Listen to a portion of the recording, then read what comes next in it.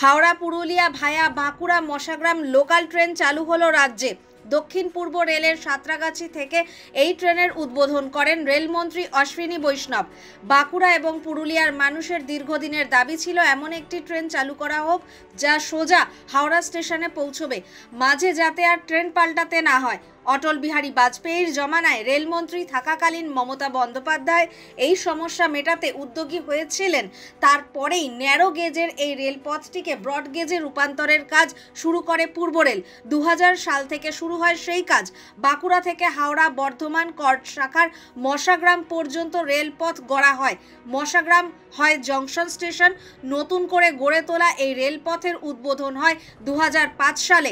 এরপর শুরু হয় বাঁকুড়া থেকে মশাগ্রাম পর্যন্ত 118 কিলোমিটার ব্রডগেজ রেলপথের বৈদ্যুতিকরণের কাজ। 2021 সালের প্রথম দিকে সেই কাজ শেষ হয়। এবার এই রেলপথ দিয়েই যাত্রীবাহী ট্রেন পুরুলিয়া বাঁকুড়া থেকে মশাগ্রাম হয়ে হাওড়া পৌঁছবে। নতুন রুটে ট্রেন উদ্বোধনের মঞ্চে রেলমন্ত্রীর সঙ্গে ছিলেন কেন্দ্রীয় প্রতিমন্ত্রী সুকান্ত মজুমদার, সাংসদ সৌমিত্র খাঁ এবং হাওড়ার তৃণমূল সাংসদ প্রসূন বন্দ্যোপাধ্যায়। অশ্বিনী বৈষ্ণব পশ্চিমবঙ্গে রেলের কাজে অগ্রগতির কথা বলতে গিয়ে বলেছেন বিভিন্ন জায়গায় রেলের কাজ থমকে থাকার প্রসঙ্গ।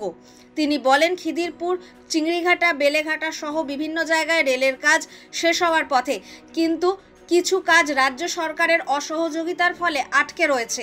এরপরেই তৃণমূল সাংসদ প্রসূনের উদ্দেশ্যে বলা হয়, রাজনীতির ঊর্ধ্বে উঠে রেলের কাজ যাতে হয় এবং তাতে রাজ্য সরকার যাতে সহযোগিতা করে সেই বিষয়টা যেন দেখা হয়।